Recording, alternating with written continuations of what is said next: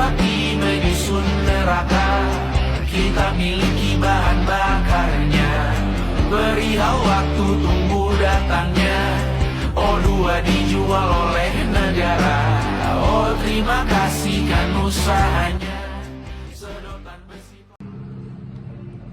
Perkenalkan, nama saya Muhammad Zulkafi dengan NIM 64222208. Video ini dianjurkan untuk mata kuliah Bahasa Indonesia.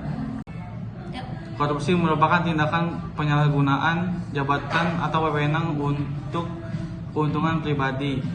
Dampak korupsi sangat besar karena dapat merugikan negara dan masyarakat. Mungkin sebagai orang berpikir bahwa korupsi hanya dilakukan oleh pejabat tinggi, padahal korupsi bisa berawal dari kebiasaan kecil seperti berbohong, memanipulasi data, mencontek atau menggunakan fasilitas yang bukan hak kita. Saat ini masyarakat Indonesia semakin menyadari pentingnya pengawasan terhadap penggunaan uang negara. Contohnya adalah sorotan publik terhadap pelaksanaan program makanan bergizi atau MBG. Program ini ditujukan membantu memenuhi gizi masyarakat. Namun berbagai laporan mengenai keracunan makanan dan kritik terhadap pengelolaan anggaran menunjukkan bahwa setiap program pemerintah harus diawasi secara transparan, akan akuntabel agar tidak terjadinya penyimpangan. Dadan Hindayana kini hanya bisa tertunduk saat digiring ke mobil tahanan. Bersama dua mantan wakilnya, Sony Sanjaya dan Lodwig Pusung, mantan Kepala Badan Gizi Nasional itu ditetapkan sebagai tersangka dugaan korupsi tata kelola makan bergizi gratis atau MBG. Dadan CS memiliki Yayasan Satuan Pelayanan Pemenuhan Gizi atau SPPG untuk mengelola dapur program MBG. Yayasan-yayasan yang dipilih atas atensi Dadan dan dua tersangka lainnya itu mendapat insentif miliaran rupiah per harinya. Sebelum kasus dugaan korupsi ini terkuak, Dadan kerap mencuri perhatian publik dengan sejumlah pernyataan kontroversialnya terkait program MBG. 26 Mei 2025, Dadan sempat memantik emosi publik mengenai konsumsi susu hingga 2 liter setiap hari yang diklaim dapat membuat kedua anaknya tumbuh tinggi. Pernyataan Dadan yang tak kalah kontroversial adalah saat mengusulkan serangga dan ulat sagu sebagai alternatif sumber protein dalam menu MBG. Saat itu, Dadan mengatakan sumber protein dalam MBG tidak harus ayam, telur, atau daging. Pengadaan barang dan jasa di BGN beberapa kali juga dinilai sebagai pemborosan dan janggal. Dugaan korupsi tercium lantaran barang yang dibeli BGN di atas harga pasar. Di antaranya pembelian 21.000 sepeda motor listrik dengan harga 42 juta rupiah per unit. Lalu pengadaan barang lainnya seperti 32.000 pasang sepatu dan tablet yang tidak sesuai ketentuan dengan total anggaran miliaran rupiah. Dan pernyataan paling terbaru adalah soal rencananya untuk ekspansi program MBG bagi pelajar Indonesia di Jeddah, Arab Saudi. Namun wacana ini langsung dibanjiri kritik pedas lantaran pelaksanaan MBG di dalam negeri masih dipenuhi sejumlah persoalan. Rencana ini pun gagal diwujudkan karena Dadan dan kawan-kawan kini sudah dicopot dan resmi menjadi tersangka.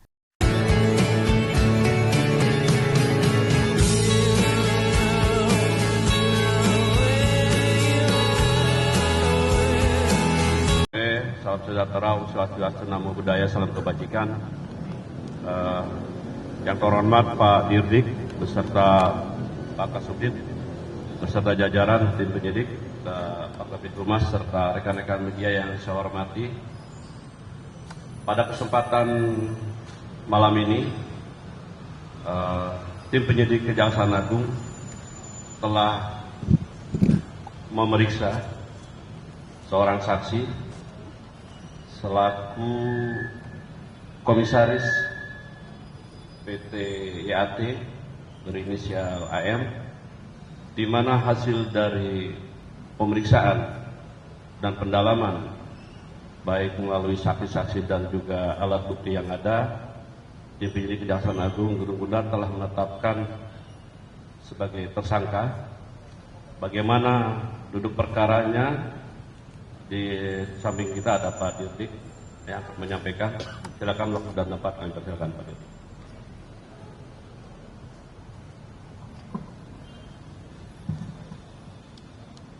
Terima kasih teman-teman semua. Jadi pada hari ini Jumat tanggal 12 Juni 2026, kami tim penyidik pada Jampitsus telah melakukan pemeriksaan terhadap satu orang saksi atas nama saudara AM selaku Komisaris PT YAT, bahwa setelah melalui serangkaian pemeriksaan saudara AM sebagai saksi dan berdasarkan dua alat bukti yang cukup, maka tim penyidik menetapkan saudara AM selaku Komisaris PT YAT sebagai tersangka dalam perkara penyidikan dugaan tindak pidana korupsi tata kelola MBG pada BGN tahun 2025 sampai dengan tahun 2026 yang merupakan penyedia sepeda motor listrik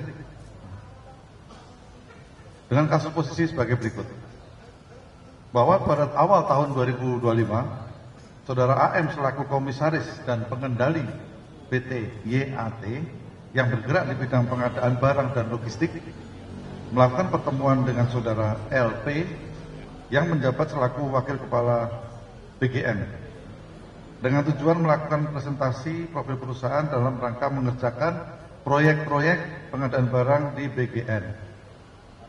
Selanjutnya setelah pertemuan tersebut, saudara M mendapatkan informasi mengenai pengadaan sepeda motor listrik di BGN. Bahwa kemudian saudara AM secara melawan hukum sejak bulan Februari 2025 melakukan komunikasi aktif dengan PPK untuk menindaklanjuti rencana pengadaan tersebut.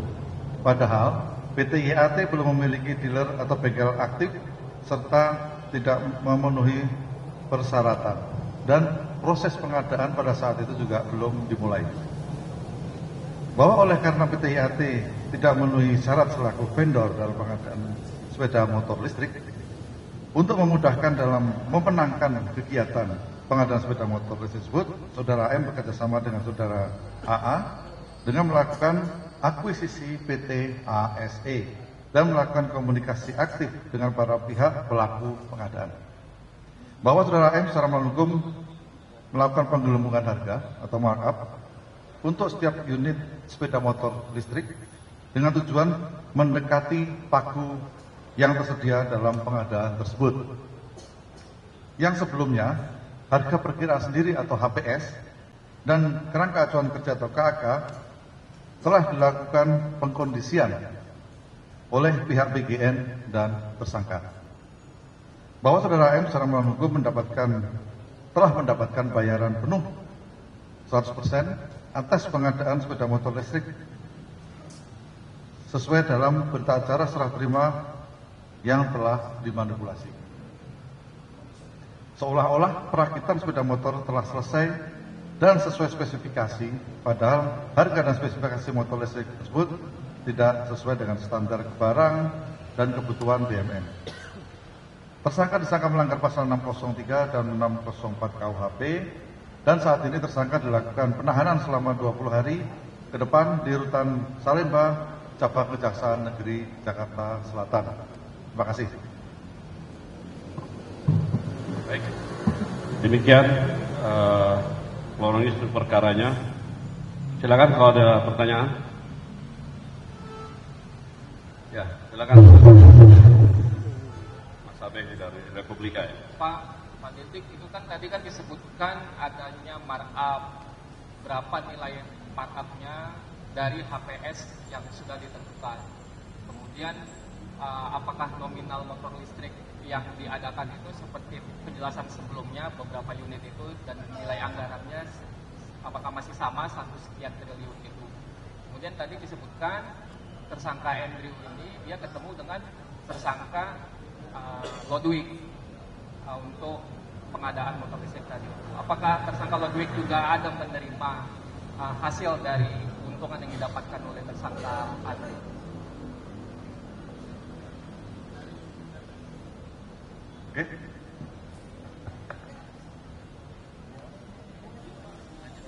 Oke.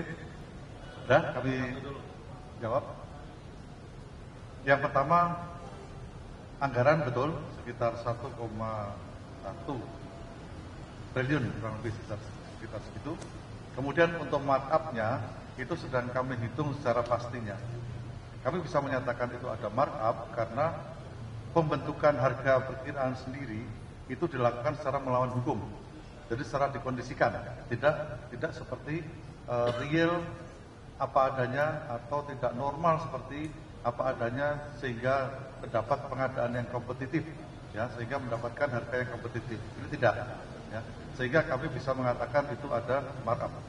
Namun jumlahnya berapa sedang kami hitung untuk pastinya. Tapi sudah pasti kami pastikan bahwa harganya tidak wajar. Untuk nilai HPS-nya yang sudah disampaikan oleh BGN itu berapa Pak per unitnya? Gimana? Untuk nilai HPS per motornya itu? Kurang lebih sama, hampir sama dengan nilai pengadaan. Sekitar 40 sekian. 47 ya. 47 juta. Kurang lebih ya. Dan penerimaan terhadap Lodwig Pak? Gimana? Itu masih kita cari, masih kita pelajari terus. Ya. Tapi ada nggak? Tapi ada nggak? Tapi ada. Nanti kan kita sampaikan. Iya. Ya, dari mana? Pakai. Silakan. Apakah kemudian motor listrik yang diperkarakan hari ini itu betul yang sekarang sedang terbengkalai di gudang di Sentul? Dan kalau iya, apa hubungannya antara PT JAT, PT Aglas, dan PT Emo ya, di mana motor-motor itu sekarang berada? Terima kasih. Betul memang motor itu seperti yang disebutkan tadi di salah satu gudang ya di kawasan Jawa Barat ya. Betul, Kota Sentul. Betul, itu salah satu tempat gudang motor yang sekarang ini berada. Ya. Kemudian hubungannya apa? Jadi di sini yang menjadi pengendali itu adalah PT YAT. Ya. Kemudian PT YAT ini mengakuisisi PT Atlas. Ya. Sehingga digunakan sebagai sarana oleh tersangka ini untuk melakukan pengadaan secara melawan hukum. PT Emo nggak ada, itu hanya merek yang dibuat saja. Ya Pak, ya dari Metro TV. Apa landasan yang membuat motor-motor ini tidak menjadi barang bukti keseluruhan, jadi tetap bisa digunakan di SPPG selanjutnya?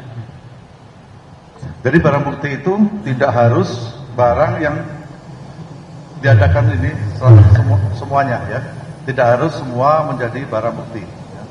Apalagi ini merupakan pelayanan, ya, kami tidak akan melakukan penyitaan terhadap seluruh barang bukti sepeda motor.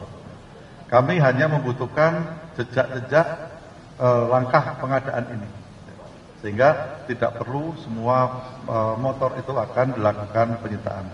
Sehingga kami akan dorong juga bekerjasama dengan BGN untuk segera menuntaskan proses distribusi ya terhadap motor-motor tersebut. Karena sampai sekarang motor itu masih berada di gudang-gudang. Hanya sebagian kecil yang sudah nyampe di tujuan, di tempat masyarakat, di tempat dapur-dapur berada. Baik. Silakan. Dari mana Mbak? Kompas TV. Silakan.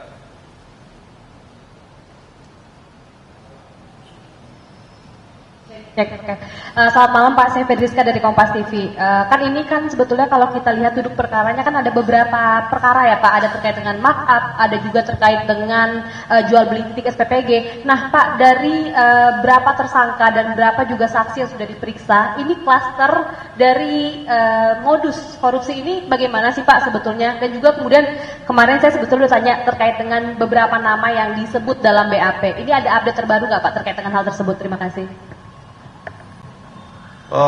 Untuk modus pernah saya sampaikan pada saat itu. Jadi modus besar yang kita sidik sekarang ini ada dua klaster. Yang pertama adalah jual beli titik, itu yang pertama. Kemudian yang kedua adalah pengadaan barang atau jasa. Nah itu yang sedang kita sidik secara paralel. Nah untuk malam ini kami menetapkan tersangka terhadap salah satu proses pengadaan tersebut, yaitu motor listrik. Masih ada pengadaan yang lainnya yang sedang kami lakukan penyidikan. Kemudian apa lagi? Betul, sampai hari ini ada 5 tersangka. Kemudian untuk update-nya, kami akan melakukan pemeriksaan nanti pada minggu depan ya, pada tersangka SS. Ya, dari mana? Dari kompas.com. Ya, Pak mau bertanya, ini kan tadi sudah berarti total ada 5 tersangka ya Pak. Nah ini tadi mungkin apa saya juga lupa dengar gitu, pasal yang ditersangkakan terhadap ini apa ya tadi belum disebutkan gitu. Lalu juga kemarin kan Kejagung bilang akan mempelajari pengajuan judicial kolaborator itu. Nah dari Sony Jaya gitu. Itu mungkin butuh waktu berapa lama dari Kejagung untuk mempelajari hal itu? Makasih sebelumnya. Untuk pasalnya adalah kalau dulu di Undang-Undang Tipikor pasal 2 pasal 3, kalau sekarang pasal 603 dan pasal 604 KUHP itu pasalnya. Kemudian untuk nama-nama tadi masih kami pelajari ya. Untuk dalam waktu dekat kami akan melakukan pemeriksaan terhadap tersangka SS untuk mengkonfirmasi dari pengajuan JC yang disampaikan pada kita. Baik. Dari mana Mas?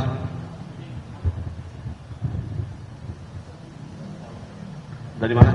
Ya, izin Pak Kapus, Pak Dir, saya Mamat dari Alright.id. Izin mau nanya, sebenarnya dari para tersangka pejabat bagian ini yang mendasari meng-ACC motor listrik itu apa? Sementara kebutuhan seperti di daerah-daerah itu kan sebenarnya belum mumpuni untuk adanya motor listrik. Dasarnya kenapa? Gitu. Terima kasih. Terima kasih. Itu salah satu yang sedang kami lakukan pemeriksaan, terus kami sidik dalam beberapa waktu ke depan. Jadi maka apa saya bilang tadi adalah ini mungkin tidak sesuai dengan kebutuhan real di lapangan. Nah, kenapa muncul motor listrik itu yang sedang kami teliti saat ini. Tapi yang jelas kami sudah mendapatkan bukti yang cukup bahwa di situ ada perbuatan melawan hukum pada proses pengadaannya alat listrik untuk motor listrik itu. Ya. Nanti akan kita sampaikan berikutnya ya.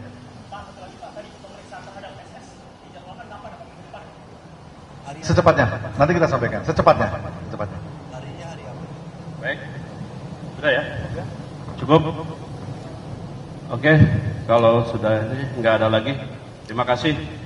Yang jelas dari kasus tata kelola MBG ini sudah ditetapkan 5 tersangka dengan klaster yang berbeda. Kemarin titik untuk pengadaan titik jual beli titik PBG, kalau yang sekarang untuk pengadaan motor listrik dari pihak swastanya. Jadi sudah 5 ya. Dan cukup. Terima kasih atas perhatiannya semua. Wabillahi taufiq wal hidayah. Wassalamualaikum warahmatullahi wabarakatuh.